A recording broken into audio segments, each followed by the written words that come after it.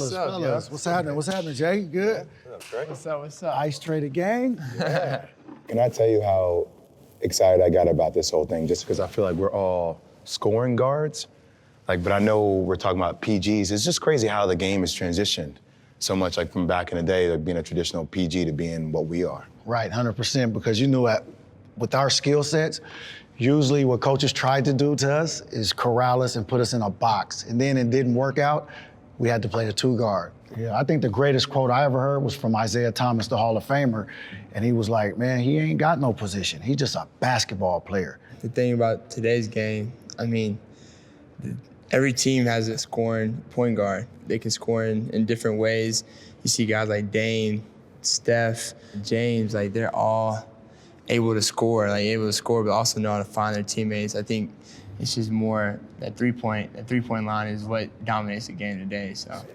I feel like we need to move the three-point line back. I'm gonna go ahead and say it. That's what I'm gonna go ahead and say it. I'm like, if you move it back. I just feel like everybody shoots from the three now. That's where the game has evolved to. See, it's a difference. They can shoot from there, but are they making it at a high percent? These guys are just different, right? Well, he's not in the conversation. Are you even looking for the line? Why do we even have one if you're in the game, right? But again, I wouldn't add a point. You can move it back a little bit, but I wouldn't add a 4-point shot. That's not it, right? Oh, you want more points? If you're going to shoot it that deep, you might as well get another point. James is already averaging 50 a game. And we're going to give him 4 points now? Oh, my God. Somebody's going to catch Will. No. For me, obviously, I'm going to be a forward because I obviously shoot from a deep range, so I would get an extra point. So. Well, I got this question for you. Can you win a world championship with your best player being your big? No. In today's game? So that's what I'm saying. It feels like if the your game. Big is. Well, there's one big that I know for sure. Joel Embiid?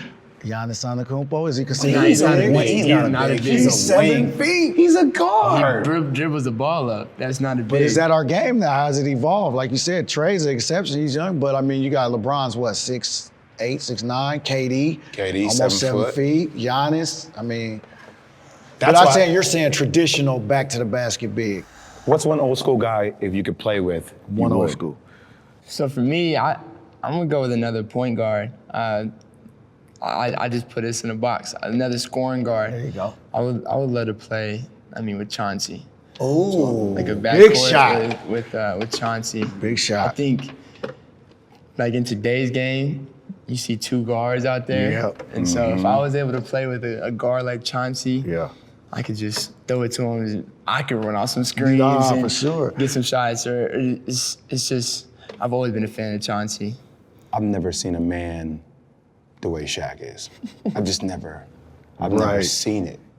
People don't know, it's one thing to see that on TV and oh, that's a big dude. Oh, he brought down the backboard. It's another thing to be on the court with that motherfucker. He was 330 pounds. When he would move, Trae, he would just go like this. Yep. And 3-4 dudes would move. And he would even, what you doing? He would just punish people. I've never seen somebody. How you guard that? You can't. You don't. I think for me, man, it's magic. Just watching Magic and how they ran and it was showtime. To me, that was fun and run and gun and just. You thought you had a good time in Arizona and Dallas. Right. Man, I heard about the Lake Show. What Lake Show? Yeah. How long were you in school for? Four. I went 4. So you came in knowing that you pretty much knew you were going to be a one and done. Right. Did you? No, I didn't know. My plan was come in in a good situation. We had a lot of young guys. We had some juniors, sophomores. I was going to be there 2 years and just try to build and win. And we just took off. We won right away, got up to not being ranked to number 3 in the country. Everybody talking about us. Y'all hit fast. You were there 2 years? I was there 3, but it's crazy how, in today's culture, for a guy like that, after having that burst he had in the first half of the season, everybody's like, oh, Trae he about to be out. Right. He about to be number top 5 pick. Right. Whereas when I blew up, it was it's not the right thing to do. Should you leave? Should you stay in school because you're not ready to be a professional? Right. Yeah. You ready to handle that lifestyle? I'm is college teaching me about that lifestyle? I have to be in the lifestyle to handle that. The best experience is experience itself, no doubt about it. If that SB 206 Act was in full effect while we were all in college. Like, do you think you would have went to OU? Do you think you would have went to Arizona? I don't know if I would have went to Duke. I don't know, like if my state school Rutgers had offered me a bag. Oh. Here's what I'm saying. I watch my dad work a job every morning, 5:30 a.m. and grind barely to make six figures. And I saw the difference between being middle class as opposed to all my boys, like Jay Rich or like Zach Randolph when they play. Like they didn't have that same, like if somebody came and offered me a bag, that would have changed the way I would have thought. Yeah. Like, you don't have to work no more, mom and dad. Right. You've been sacrificing for me. Like, yeah, I'm gonna go get this money and that's gonna help me get to where I wanna be while I can take care of you. Everybody else is getting paid a lot of money. Yeah. Like, I saw Trae Young jerseys everywhere when I went to OU games. Like, I still see Duke jerseys. Like, y'all want a chip, and I don't know. Is there a major difference between you come into the league your freshman year, after your freshman year? Like, do you really learn that much about being a man? Like, did you? I'm curious to ask you about that. I think it speaks more to the point of being able to, like you said, offer you, right? Your image and your likeness, right? Being able to earn money off of you, what you've done, right? That should be a right, right? That's a human right to be able to earn a living on what you did.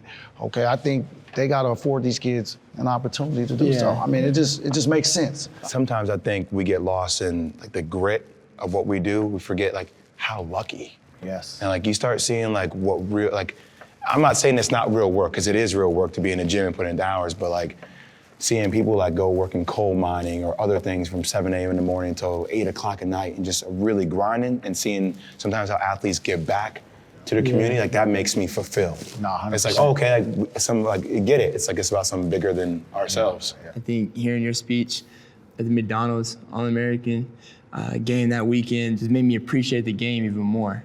Just you telling your story. Like I remember things like that I mean, some kids may forget. And so now that I'm at that platform, I'm at that stage now where I can be that leader, that voice, or someone who can give back. I try to do it as much as I can, as often as I can. So That's rare, right? Because this is year 2 for you. Yeah. And to understand that you are more than an athlete, it usually takes 4 to 5 years, 6 years, like being a pro, to where you really understand. Because when you first come in, it's all about hoop. Like I'm to the gym, go home, eat, sleep, up, back to the gym. And it's just that continuous cycle. But then when you realize like, I'm more than an athlete, like I'm impacting others, being out in the community at the events, right? At the give backs, during the holidays, just seeing how many lives that you impact it's empowering in itself, right? That's a gift. And I think just as human beings, we all have that quality, but it's the want to, right? Not a lot of people are genuine in what they say, but it's more about your acts, right? Your acts. What do you do? It's hard when you lose basketball. It's challenging just to say, okay, like that aspect of my life is over. I know for me, like I never would have thought I would have been in TV. Like I thought I would have been finishing.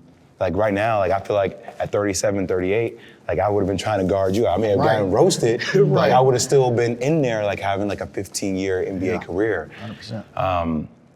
Look, man, I think doing TV has been fascinating for me because obviously being hurt, not being able to play, I think I was very emotional first time doing it. And I've learned so much, man. I've learned so much even in my, like the last 2 years. Like I'll tell you something honestly that I've never said before, and I'm glad I'm at the table with him. Yeah.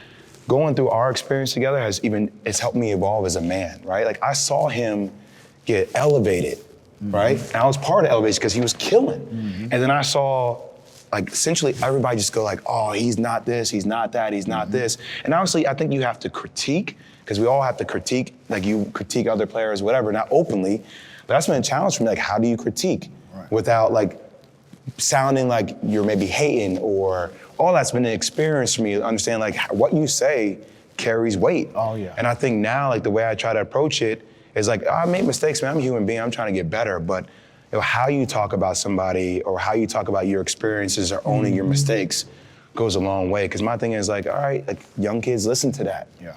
You know, and how do you balance, you know, are you doing what's good for Trae Young's career on the court, or are you doing what's good for the Atlanta Hawks? Right, learn like how to balance that. Like, all right, like there's give and take to that. How do you grow? So I hope you accept that. Yeah, nah, for sure. That's something that for me is tough, because obviously I know everything about your story, but especially yours, and like it's tough whenever your idol is someone you look up to, and like it's your job. You have to critique and you have to say stuff about players' games. So hearing like in college, obviously like the critiques and stuff like that. Sometimes it was tough, but it's just something that made me better. I think some of the stuff that you said made me better, made me a better person, made me a better player. And I think that's why I respect you. That's why we still talk and still have love for each other today. So it's all love, and it's just like you said, it's our voices. We all have impact on what we say and what we can contribute to others. So I just try to use it as best as possible. I mean, he's doing that. I think everybody's revolutionizing the game, bro. Like, every time. Yes, sir. Good Man, seeing love, man. y'all. Always good to see you, Jay. Trae, keep doing it.